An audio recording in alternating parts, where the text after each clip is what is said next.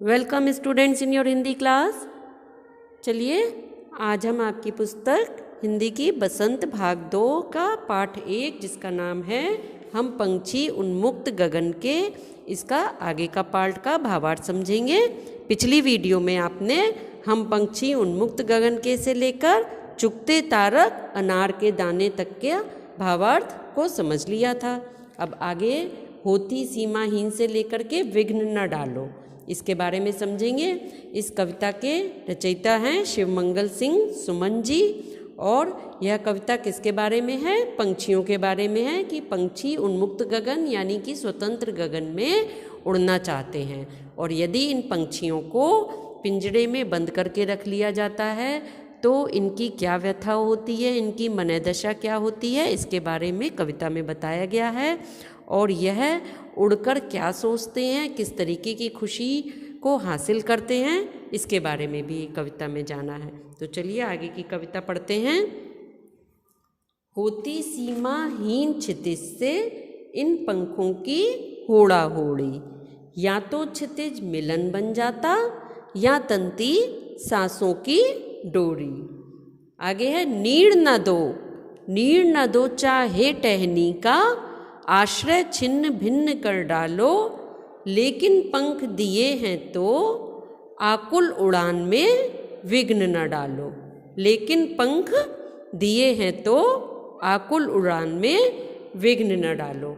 अब इन पंक्तियों का भावार्थ जानने से पहले इनके शब्दार्थ को समझ लीजिए कि जो कठिन शब्द हैं उनका क्या अर्थ है।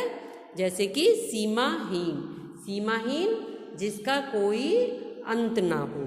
सीमाहीन कहते हैं जिस भी जगह का या जिस भी चीज़ का कोई अंत ना हो, उसको क्या कहा जाता है? सीमाहीन, कोई उसकी सीमा नहीं है।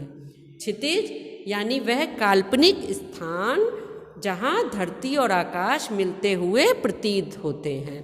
क्षितिज यानी कि आकाश का जो क्षितिज है वो क्या कहा जाता है? उस जगह को जिसके लिए हम सोचते हैं कि जहाँ पर आकाश का अंतिम छोर है, जहाँ पर धरती और आकाश दोनों जाके मिल जाते हैं। ये ऐसा हमारा सोचना होता है, परंतु वास्तव में ऐसा नहीं होता, क्योंकि पृथ्वी कैसी है? गोल है। तो गोल होने की वजह से हम जहाँ से चलेंगे वहीं पर वापस आ जाएंगे, उसका कोई अंतिम छोर नहीं होता।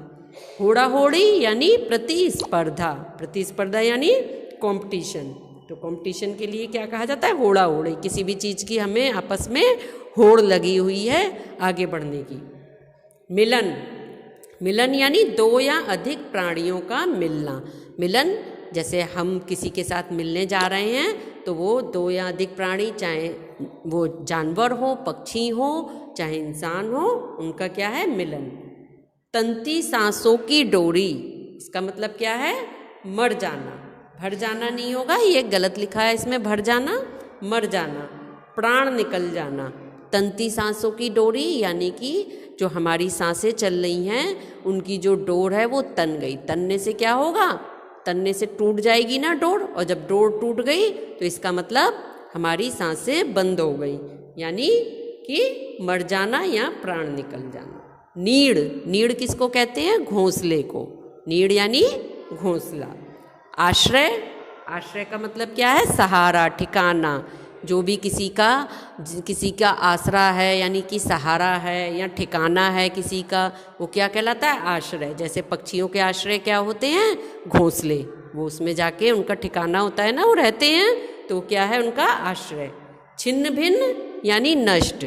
किसी भी जगह को, किसी भी चीज़ को छिन्न भिन्न कर डालना यानी नष्ट कर डालना। आकुल मतलब कि बेचैन, व्याकुल होता है मन, इसी का ही शब्द है आकुल यानी कि बेचैन।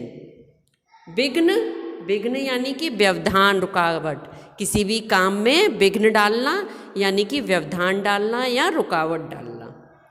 अब आगे प्रसंग समझ लीजिए इसका कि प्रसंग कैसे लिखना है आपको। प्रस्तुत पंक्तियाँ श्री शिवमंगल सिंह सुमन द्वारा रचित कविता हम पंछी उन्मुक्त गगन के नामक कविता से उद्धृत है यानी ली गई हैं।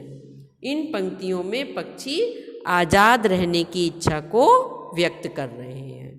इन पंक्तियों में पक्षी किसको व्यक्त कर रहे हैं? अपने आज़ाद रहने की इच्छा को। चलिए अब एक एक लाइन करके इसका अर्थ समझ लीजिए।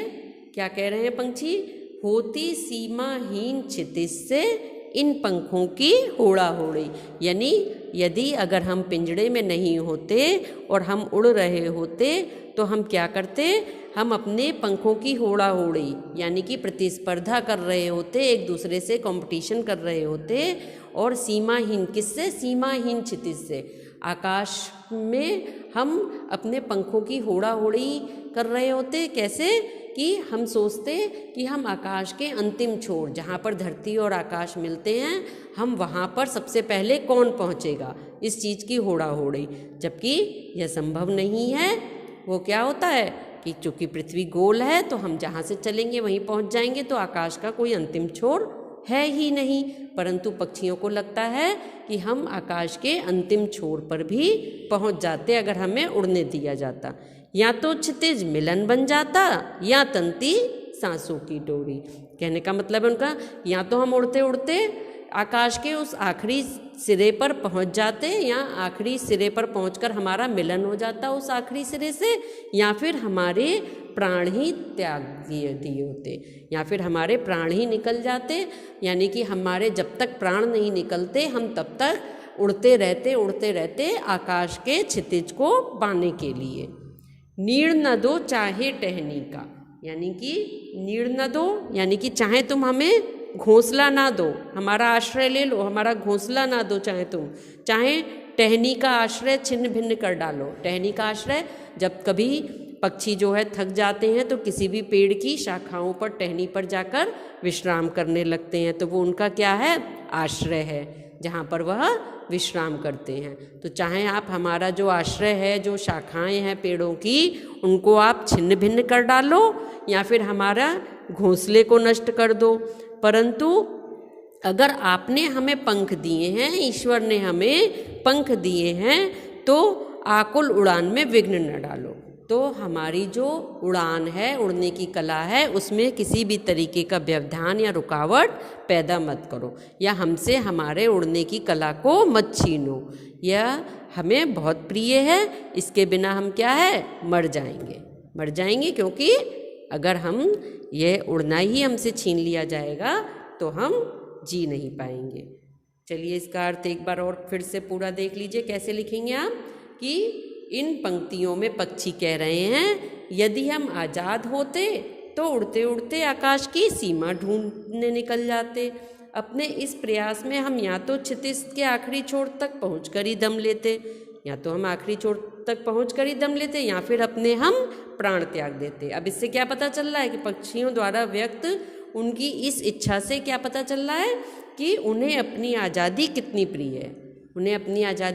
प्रिय है, कि वो या तो प्राण त्याग देंगे या फिर आखिरी छोर तक पहुंच जाएंगे आकाश के। पक्षी फिर से विनम्र पूर्वक कहते हैं कि भले ही कोई उनसे उनका घोंसला छीन ले या पेड़ की डालियों का ठिकाना जो है उनका वो नष्ट कर दे, लेकिन ईश्वर ने जब हमें पंख दिए हैं तो उनके उड़ने का अधिकार जो है वह उनसे ना छीना जाए। उन्हें पिंजड़े में बंद कर उनके उड़ने की इच्छा को ना मारा जाए। उनको पिंजड़े में बंद कर उनकी जो उड़ने की इच्छा है उसको मारा ना जाए।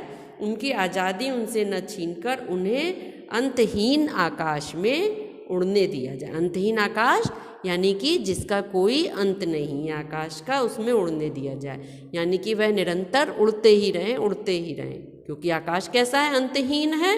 वो क्षितिज तक नहीं पहुंच सकते, तो वो उड़ते ही रहें। तो इस कविता के माध्यम से आपने पंछियों की व्यथा को जाना जो पिंजड़े में बंद हैं। अब आगे की वीडियो में इसके प्रश्न उत्तर इत्यादि करेंगे। इसको दोबारा से आप अपने आप पूरा भावार्थ को करने की कोशिश करिए। ओके।